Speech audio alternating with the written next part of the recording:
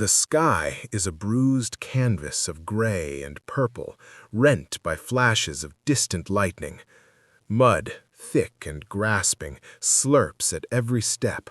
The air is heavy, not just with rain, but with the suffocating scent of fear, gunpowder, and damp earth. The stage is set, June 18th, 1815. Waterloo. Not just a field, but a crucible, the final act of a titan. A man who once held Europe in the palm of his gauntleted hand now stands on the precipice of oblivion. Napoleon Bonaparte, older, his face etched with the lines of 1,000 battles and countless sleepless nights, stands silhouetted against the stormy horizon. He wears his iconic gray greatcoat and bicorn hat, but they seem to absorb the light rather than reflect it. His eyes, though weary, still burn with an unquenchable fire. He clutches a spyglass, his knuckles white. The wind whips his cloak around him like a tormented spirit. The dice are thrown again. Thousands of French soldiers, a sea of blue and white, stretch into the mist. Opposite them, the stoic redcoats of Wellington's British and Allied forces, forming defiant lines. The ground is a morass. The rain has turned the fields into a treacherous swamp, delaying the French attack. The cruelest mistress, the Emperor, a master of speed and surprise, found his grand design mired in the very elements he once seemed to command.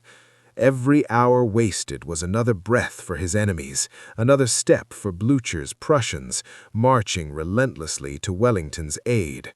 Napoleon lowers his spyglass, his gaze sweeping across his expectant troops. A flicker of his old confidence ignites. He mounts his white charger, Marengo, who paws impatiently at the mud. Trumpets blare, drums roll, a heartbeat against the looming storm. The first cannon roars, a defiant cough in the sodden air. French artillery unleashes a devastating barrage, cannonballs tearing through the air, churning the mud and ripping through enemy ranks. The battlefield erupts into a maelstrom of French infantry, a relentless wave surge forward, bayonets glinting like hungry teeth. They clash with British squares, impregnable fortresses of disciplined steel. The sound is deafening, musket fire cracking like 1,000 whips, the clang of steel on steel, the screams of men and horses. Smoke billows, obscuring vision, turning the world into a choking, hellish haze. He orchestrated battles like symphonies of destruction. Every cannon shot a drumbeat, every cavalry charge a crescendo. But this day, the instruments seemed out of tune, the notes discordant, the ground a traitor, the enemy unyielding. Napoleon, from a slight rise, watches with an almost manic intensity. His face is splattered with mud, his eyes darting, calculating. He barks orders to his marshals, gesturing wildly. We see French cuirassiers, magnificent in their polished breastplates, charging like thunderbolts, only to be met by the bristling hedgehog of British squares. Horses rear, men fall, a grotesque ballet of death. The battle rages for hours. The French gain ground, then lose it. Casualties mount on both sides, painting the muddy field crimson. Napoleon, seeing his advantage slipping, sensing the encroaching shadow of Blücher's Prussians on his right flank, makes his final, desperate move. A lifetime of audacity distilled into one final gamble. The Emperor's chosen elite, his immortals, the Imperial Guard. A slow, majestic shot of the Imperial Guard, marching in perfect formation, their bearskin hats towering, their faces grim and determined. They are the embodiment of his will, his legend made flesh. Napoleon rides among them for a moment, a defiant figure, before withdrawing to watch.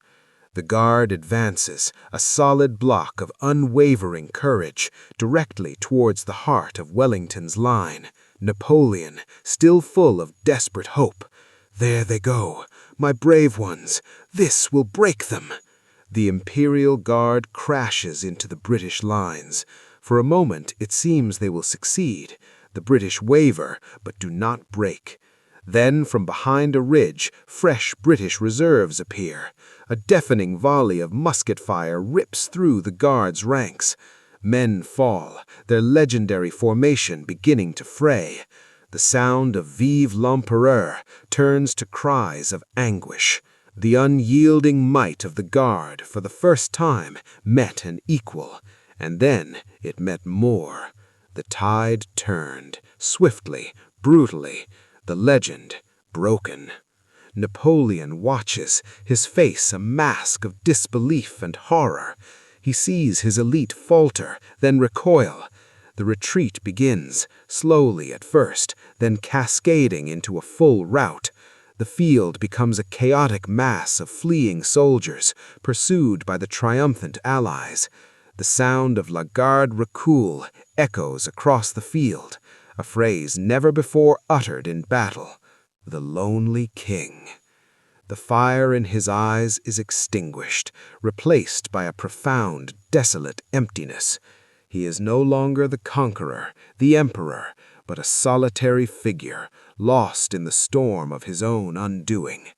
His marshals try to usher him away, but he resists, as if rooted to the spot, unable to tear his gaze from the unraveling tapestry of his empire.